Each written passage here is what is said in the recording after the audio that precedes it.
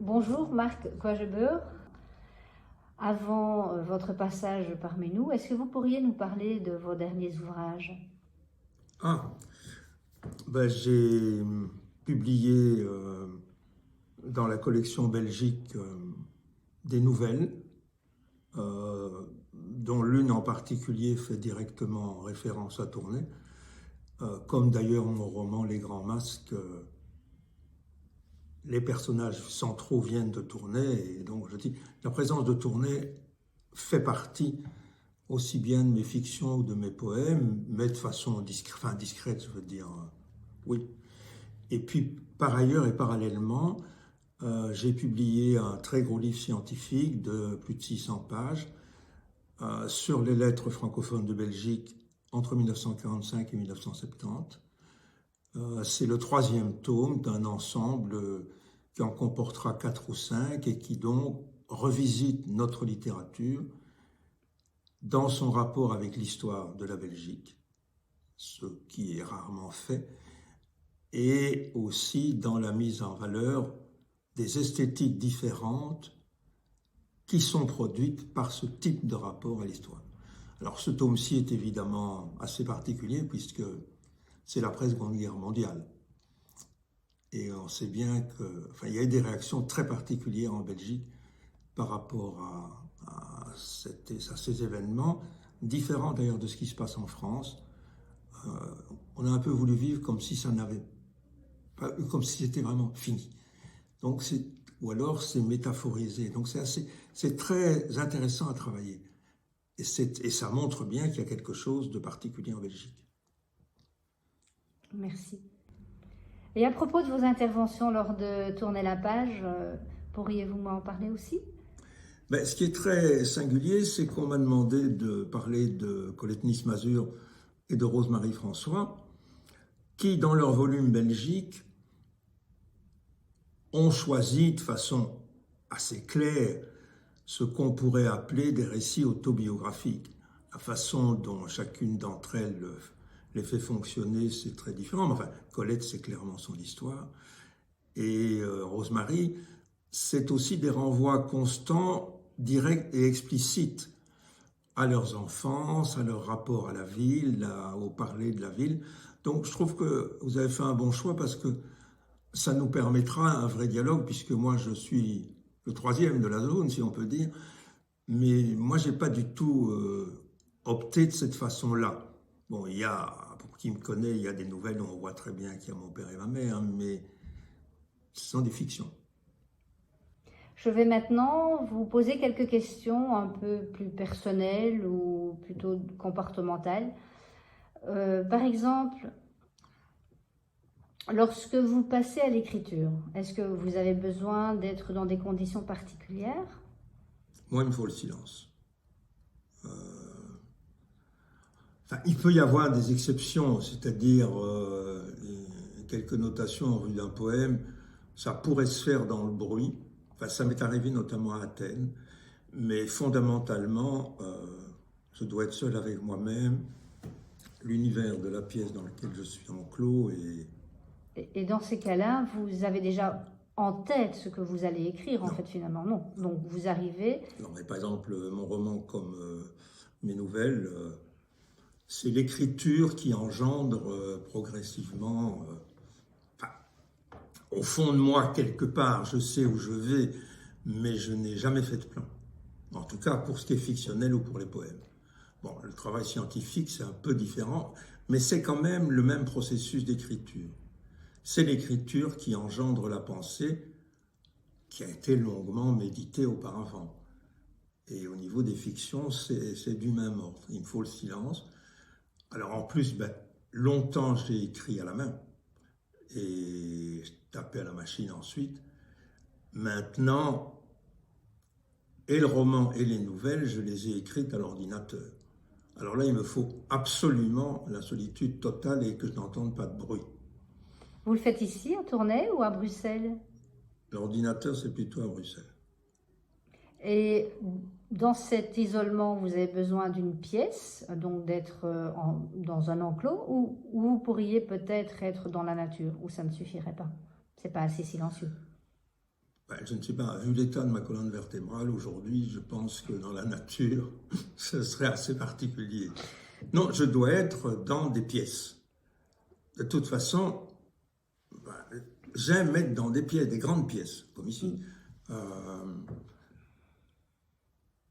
La nature, oui, la nature j'aime bien, mais je vous dis prendre peut-être une ou l'autre note, ça oui, parce qu'il y a quelque chose dans le paysage qui m'a frappé, mais écrire, non. Et outre le fait du silence utile et nécessaire pour l'écriture, lorsque vous avez terminé, quelles sont vos sensations et quel est votre comportement? Donc, vers où allez-vous en sortant du passage de l'écriture? Vous allez vers la famille, mettre de la musique, vous sortez? D'abord, il faut dire que je retravaille beaucoup. Donc, à la différence d'autres écrivains, moi, le jour où on regardera mes manuscrits, c'est monstrueux. Monstrueux. Alors, à la machine à écrire, il faudra avoir un disque dur, mais enfin, l'ordinateur. Après, je pense qu'il n'y a pas de règle. Vous me posez une bonne question, mais je pense qu'il n'y a rien de régulier. Je dois promener dans la maison ou aller dehors. Non, il n'y a pas une règle. C'est fait. Et puis alors, il y a le moment où on pourrait encore continuer à retravailler et où je me dis non, maintenant, il faut arrêter. Est-ce que lorsque vous décidez que ce que vous écrivez est terminé, cela peut prendre beaucoup de temps entre le début et la fin, ou pas? De nouveau, c'est variable. Les nouvelles de Belgique, je les fais en 3 mois. Le roman, je l'ai fait en 6 ans. Étant entendu, vu les charges qui étaient les miennes, que je n'avais que l'été. Et donc, en juillet-août, je partais chez les grands amis que j'ai dans le Lot en France, qui viennent du Nord. Elle avait organisé le festival du Summer de Lune à Roubaix. Et je descendais enfin, c'est pas une cave, mais c'est au niveau du jardin. Donc, je m'enfermais là. Et ce qui est très étrange, c'est que je reprenais le texte de l'année précédente. Et ça revenait. Donc, c'est vraiment ce processus. L'écriture engendre l'écriture. Et donc, j'ai travaillé 6 étés.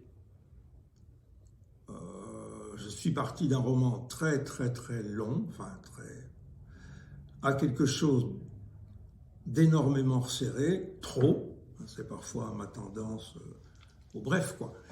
Et puis, donc, j'ai remis de la chair, on est arrivé le livre doit faire 300 pages. Donc, on est passé de 500 à 150 et de 150 à 300. Oui, quelle différence. Vous semblez ne pas avoir peur de la feuille blanche, manifestement, puisque l'écriture engendre l'écriture. Non, j'ai pas peur de la feuille blanche. Cela dit, il y a quand même de grosses interruptions dans mon travail, mais je crois que c'est en partie lié aux charges énormes qui ont été les miennes, et puis aussi au fait qu'il y a l'écriture scientifique d'un côté, l'écriture poétique et fictionnelle de l'autre. Et je pense quand même, ça m'a fort frappé avec le livre scientifique que je viens de publier. Ça me prend de plus en plus la tête, je vieillis. Et donc, je peux moins facilement qu'avant passer de l'un à l'autre. Avant, je pouvais passer de l'un à l'autre sans problème. Les fictions, en plus, à la différence des poèmes, il faut n'être qu'avec elles et que en elles. Les poèmes, c'est un autre fonctionnement. Ça peut arriver à partir d'une sensation. Donc, voilà, Alors, c'est pas une peur de la page blanche, mais c'est peut-être quand même une crainte d'où va l'écriture. Mais la page blanche en tant que telle, non. Si je me mets à l'écran et que j'ai quelque chose à écrire, pour le scientifique, c'est la même chose. Tout le monde dit toujours, mais enfin, comment tu fais tu vas si vite alors que c'est si fouillé. Non, la page blanche ou l'écran ne m'ont jamais fait peur. Je suis un verbomoteur, comme on disait à l'école. Vous êtes né avec l'écriture en leur main, finalement, aussi. Je suis en tout cas né avec la langue, parce que quand j'avais 3-4 ans, dans Tournai encore détruit, toute la famille disait il sera avocat. Non, tu seras avocat. Parce que, bon, c'est pas vraiment ce qui est arrivé, mais ça raconte quelque chose. Et puis, j'étais quand même un enfant assez solitaire. Et mon frère est né 5 ans après moi, donc avant l'adolescence, on ne peut pas dire qu'il y ait des vrais contacts. C'est des mondes différents. Donc, j'ai été très vite dans les livres et avec les livres. Donc, la littérature fait partie de ma vie fondamentalement. Et il faut quand même bien dire aussi, on vivait dans un autre monde. Bon, mon père était ingénieur. Mais pour lui aussi, comme pour ma mère, il disait que la maison de la culture était leur seconde maison. Une vie sans culture n'a pas de sens. Et pour moi, ça a été la littérature, et son étude, et son écriture. Et ici en clinique, j'ai eu au fond une grande chance, c'est que pendant 15 jours, vous êtes enfermé dans une chambre. Et ça m'a permis d'enfin finir la recherche du temps perdu de Proust. C'était le bonheur absolu. Si vous n'étiez pas vraiment écrivain, si la littérature, la poésie n'était pas venue à vous, avez-vous pensé à faire autre chose? Comme vous pouvez voir autour de moi, aussi bien à Bruxelles qu'à Tournai, j'ai une passion absolue pour la peinture. Oui, mais Et quand peindre, j'étais pour peindre tout petit, je voulais être pianiste. Ce que mes parents n'ont pas voulu. Je ne peux pas être un intellectuel et un pianiste en même temps. Oh, j'étais petit. Hein. Non, la peinture, je ne sais pas. Je ne l'ai pas pratiquée, mais je trouve que c'est une chose extraordinaire. Moi, je vous dis, ma vie, c'est la culture. Ça a toujours été la culture. Dans le monde où on est aujourd'hui, quand je vois les gosses, quand je vois les films, quand je vois comment ça fonctionne, je ne sais pas si ce serait encore la même chose, parce que on est des enfants de l'immédiate après-guerre. On a eu au collège des profs, mais extraordinaires. On était 44 en réto. Oui, aujourd'hui, vous dites ça, les pédagogues hurlent, il n'y a jamais eu le moindre problème. On était dans la quête et la demande du savoir. Et donc, le livre était,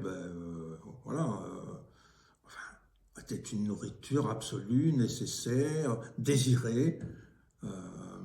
Alors, aujourd'hui, quand j'entends ce que les gens qui ont des enfants racontent, j'ai pas du tout j'ai l'impression qu'on est dans un tout autre monde.